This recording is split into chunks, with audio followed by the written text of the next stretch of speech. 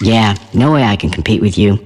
I'm just an animated character with a funny voice, while you're an actual, real-life person. With your intellect and your experience, you're practically a god. All my verbalized thoughts definitely fall woefully short of your fancy inquiring mind's research. Whatever I spew on here could be said better by you, my friend. But you just don't need to. You can express your public stances by simply clicking the like button, or with a smug comment. So what? And take notice that no one will dare to reproach you with dialectic relativism. Definitely no one will reproach you with that. It must be awesome being you.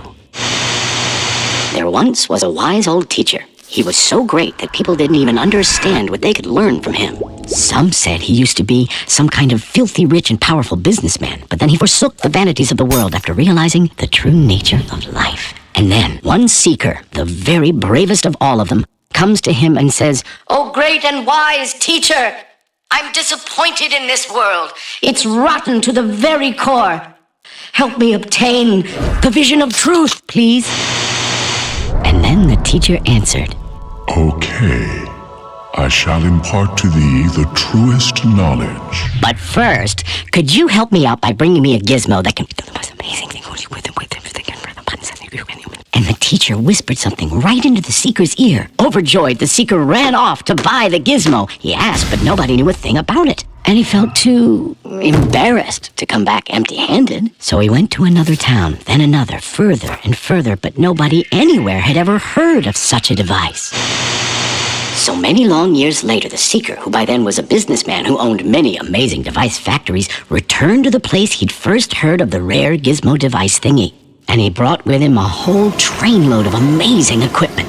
The seeker was pleased with himself. He had designed and produced things that had never existed before. He had to be worthy to learn the truth now, right? But the teacher's hut was empty. The seeker had come too late for the most important lesson of his life. He ordered the devices he'd brought with him to be given to the townsfolk, and he settled into the teacher's hut. But soon he was visited by new seekers.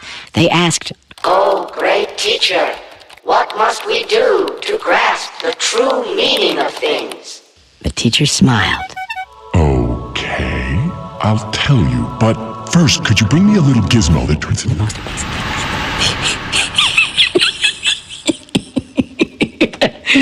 And he whispered something into the seeker's ears. Well, did you listen to the story? So what?